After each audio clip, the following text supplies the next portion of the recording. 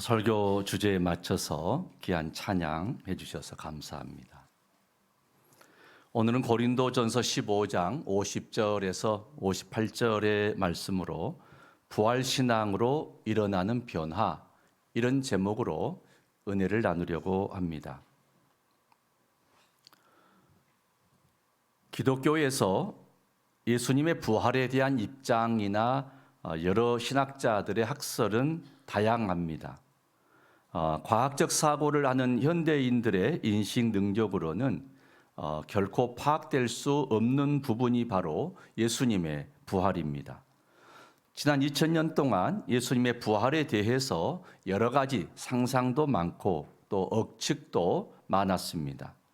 제자들이 예수님의 환상을 본 것이다, 이런 주장들도 있었고, 제자들이 예수님의 시신을 감춰두고 부활했다고 거짓 증거했다라는 그런 주장들도 있었고, 예수님의 정신이 민중 속에서 되살아났다는 의미인 것이다, 이런 주장들도 있었습니다. 중요한 것은 예수님의 부활을 믿는 부활신앙은 과학적인 증명의 대상이 아니라 믿음의 대상이라는 것입니다. 사실 기독교의 핵심 신앙은 논리적이고 과학적인 설명으로 해명될 수 없는 것들이 대부분입니다. 예를 들면 하나님께서 육신을 입고 오셨다고 하는 인카네이션, 성육신 신앙, 화육이라고도 하죠. 이것 또한 마찬가지입니다. 예수님께서 성령으로 말미암아 동정녀에게 잉태되어서 태어나셨다라는 것, 예수님이 하나님의 독생자라고 하는 선언, 예수님의 수많은 기적의 사건들, 그리고 예수님의 부활과 승천, 이런 것들이 그렇습니다. 이러한 기독교의 핵심적인 신앙들은 논리로 설명할 수 없는 그런 역설로 이렇게 가득 차 있습니다. 이러한 역설적인 진리들은 선포와 믿음의 대상이지 해명이나 과학적인 증명의 대상은 아니라 하는 것입니다. 분명한 것은 만약 예수님이 패배자의 모습으로 십자가에 달려 죽임당하고 끝났다면 이 땅에 기독교는 존재하지 않을 것입니다. 기독교 신앙의 핵심 중의 핵심은 바로 부활신앙입니다. 그 점에 대해서 사도 바울은 이렇게 증언을 합니다.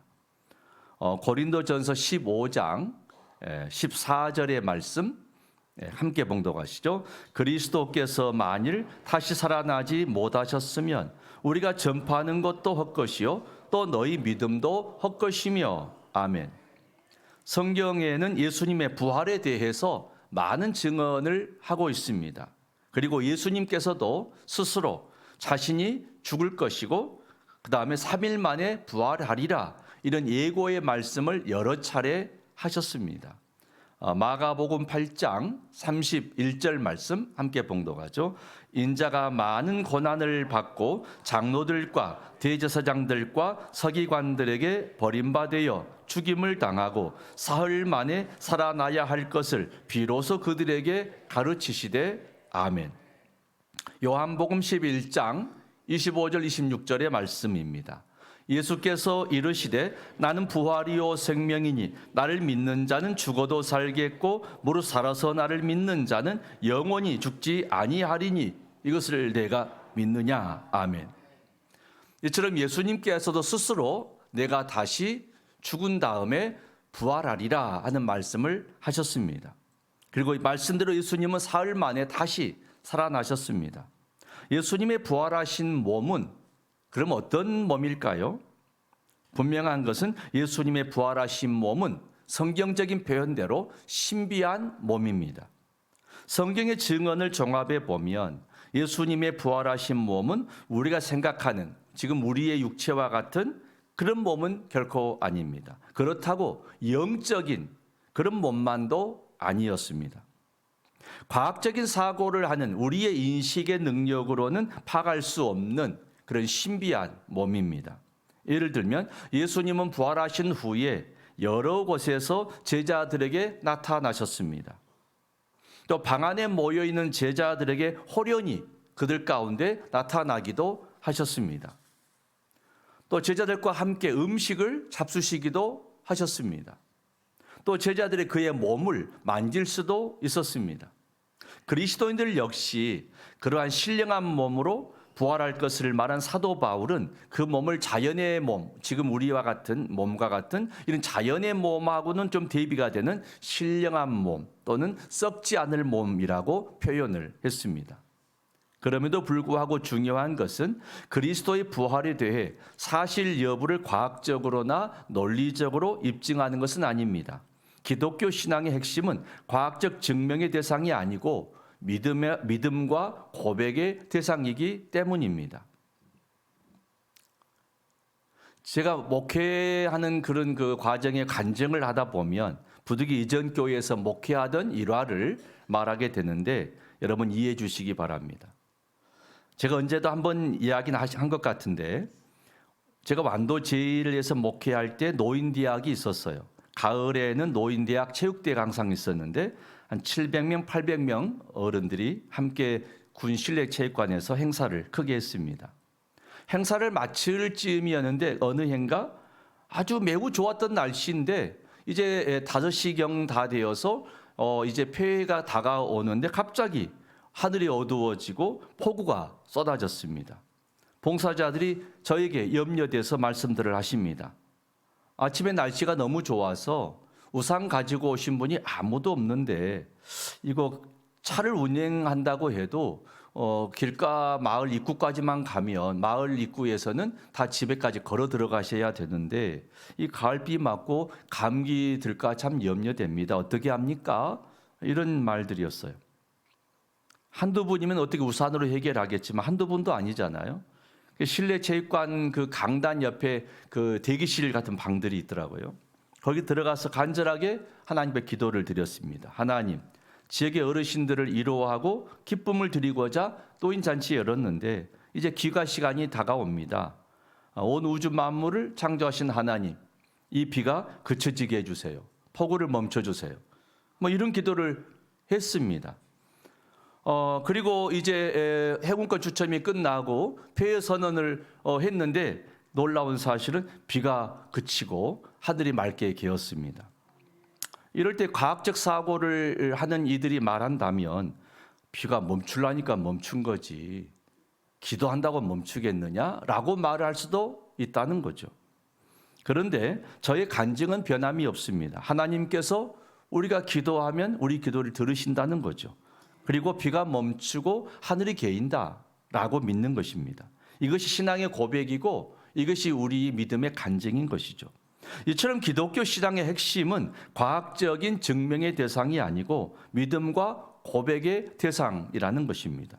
누군가가 내가 예수님을 만났습니다. 환상 가운데 예수님을 보았습니다. 이렇게 말씀하는 교우들이 있거든요. 그럴 때 그걸 어떻게 과학적으로 증명을 할 수 있느냐 이거죠. 내가 환상 가운데 주의 음성을 듣고 주님을 만났습니다. 라고 그건 고백한다는 것이죠. 이런 점에서 우리 기독교의 부활신앙은 이런 것입니다. 사실 여부를 과학적으로 논리적으로 입증하는 것이 아닙니다. 그럼에도 저는 분명하게 고백합니다. 저는 예수님의 부활을 믿습니다. 여러분도 예수의 부활을 믿으십니까? 이게 우리의 신앙 고백인 거죠. 우리에게 부활신앙은 그럼 어떤 것입니까? 좀 더 중요한 것은 그리스도의 부활이 오늘 우리에게 주고자 하는 그런 메시지, 그런 진리를 찾는 것이 중요한 거죠. 부활신앙이 우리에게 주는 것이 뭐냐? 기독교 신앙의 핵심이 부활신앙이라면 이 부활신앙이 우리에게 주는 것이 뭐냐? 이걸 알고 예수를 믿어야 되겠죠.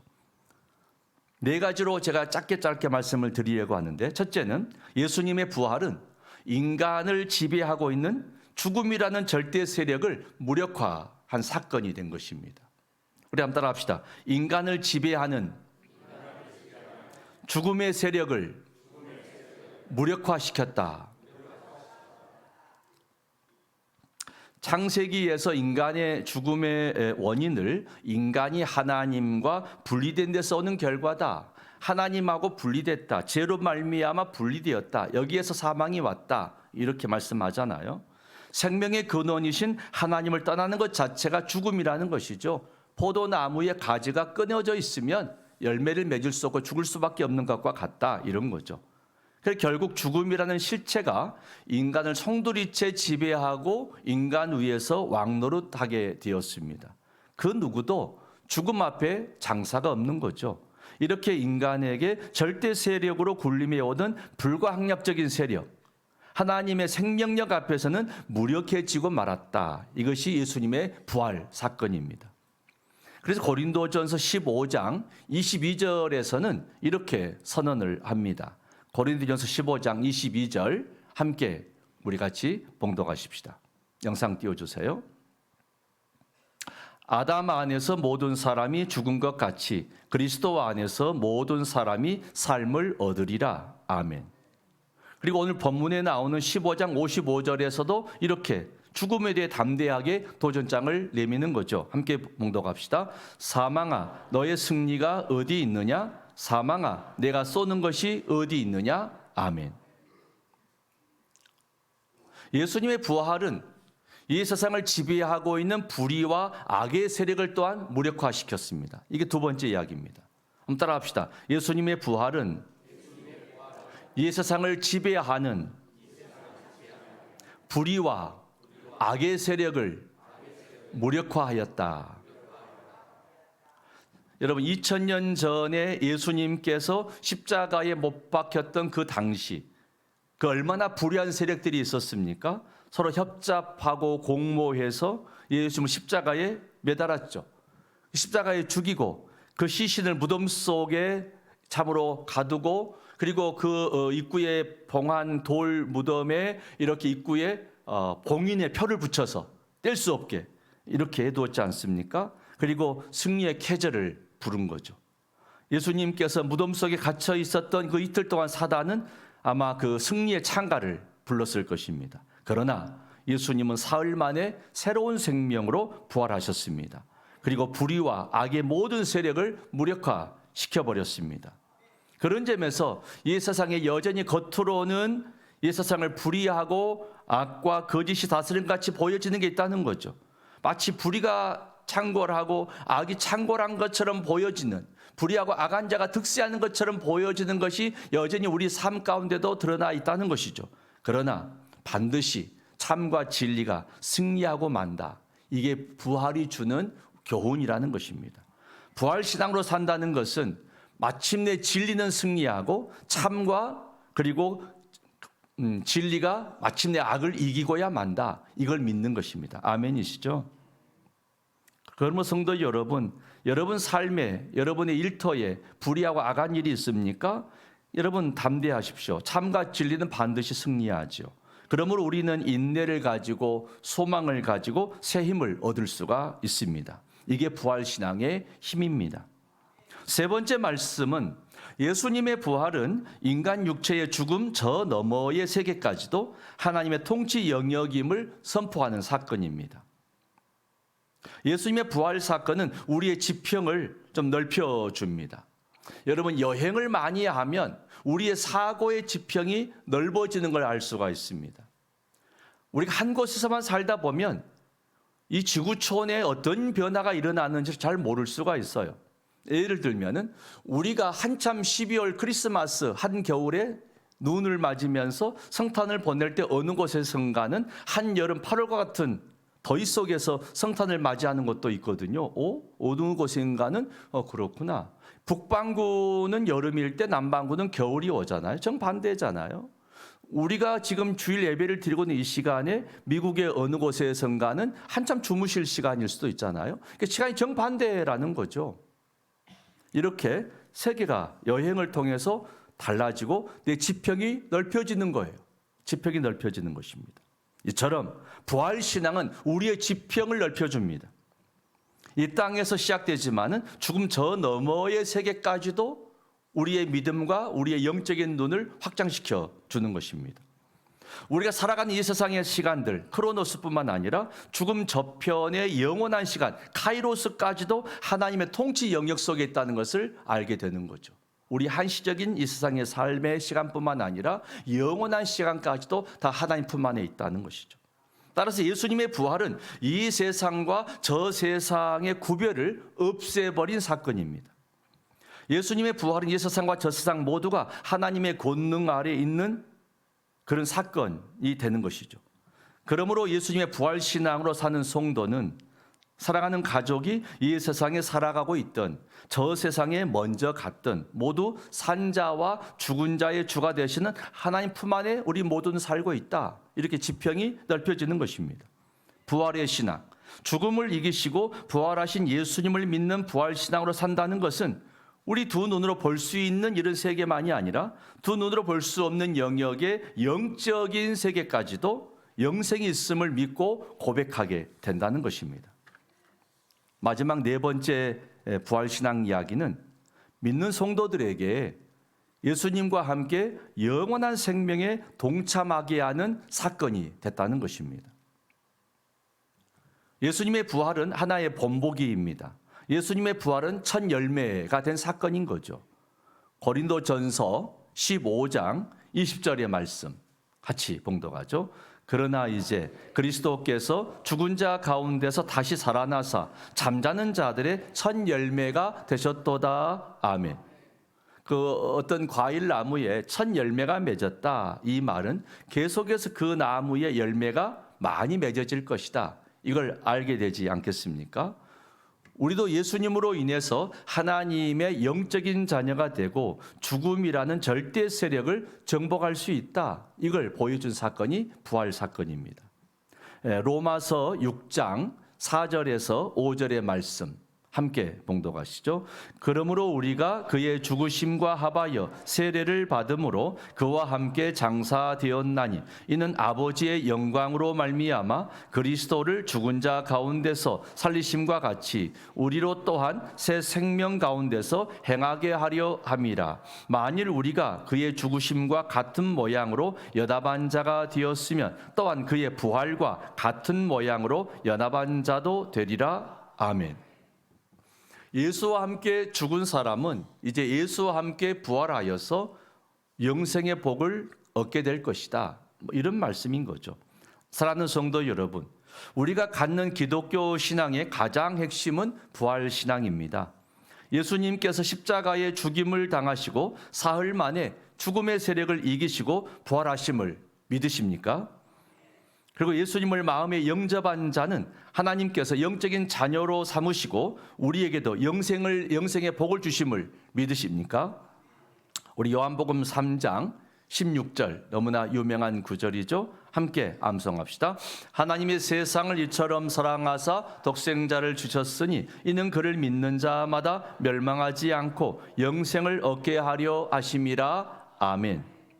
부활의 예수님을 만난 사도 바울은 모든 성도들에게 권면합니다. 고린도전서 15장 57절 58절의 말씀 함께 봉독합니다. 우리 주 예수 그리스도로 말미암아 우리에게 승리를 주시는 하나님께 감사하노니 그러므로 내 사랑하는 형제들아 견실하며 흔들리지 말고 항상 주의 일에 더욱 힘쓰는 자들이 되라. 이는 너희 소과가 주 안에서 헛되지 않은 줄 알미라. 아멘. 예수님께서 죽음을 이기시고 부활하신 것처럼 예수를 믿는 성도들도 죽음을 이기고 승리를 주십니다. 예수님께서 나의 죄를 대속하시고 또 나를 구원하기 위해서 십자가에서 모든 것을 다 내어주셨습니다.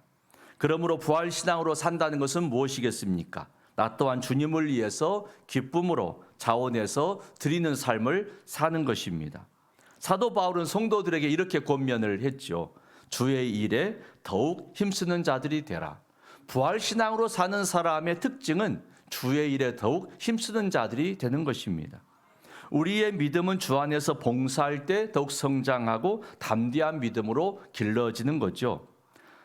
담대한 믿음은 체력을 기르는 것과 같아요. 우리가 운동을 해야 체력이 길러지듯이 우리가 예배에 집중하고 봉사를 할 때 우리의 믿음은 자라게 되어 있습니다. 부활신앙으로 예배가 무엇보다 소중하고 예배가 기다려지는 그런 성도가 되는 것이죠. 여러분 예배가 소중하고 예배가 기다려지십니까? 또 부활신앙으로 살다 보면 주님 안에서 뭔가를 섬기고 싶어요. 작은 거라도 봉사하고 싶은 것이죠. 여러분 이런 봉사, 여러분 여기에 행복이 있고 믿음 생활에 즐거움이 있다는 것을 고백할 수 있습니까? 이게 매우 중요합니다. 여러분 교회의 입구에 들어섰는데 뭔가 이렇게 휴지가 떨어져 있을 때 그 휴지를 보고도 지나친 사람은 손님이에요. 내가 다니는 교회인데 휴지가 있네 하고 주워서 휴지통에 넣는 사람은 이 교회에 속해 있는 성도 같은 거죠. 뭔가 작은 거라도 이런 섬김이 즐거운 거예요. 할렐루야. 부활신앙으로 주의 일에 견실하며 흔들리지 않는 여러분이 되시기를 주의 이름으로 축원합니다. 은혜로우신 아버지 하나님, 우리가 부활신앙으로 말미암아서 죽음을 이기게 하시고 모든 세상의 악과 불의의 세력을 이기게 하시고 또 우리의 영역이 영원한까지 이어지게 하여 주시고 주님의 영원한 생명에 동참되어지는 축복으로 역사가 되도록 아버지 함께 하옵소서. 그래서 부활신앙으로 기쁨으로 예배하며 자원하여 봉사하는 영적 즐거움이 넘치게 하여 주시옵소서. 예수님 이름으로 기도 올리옵나이다. 아멘.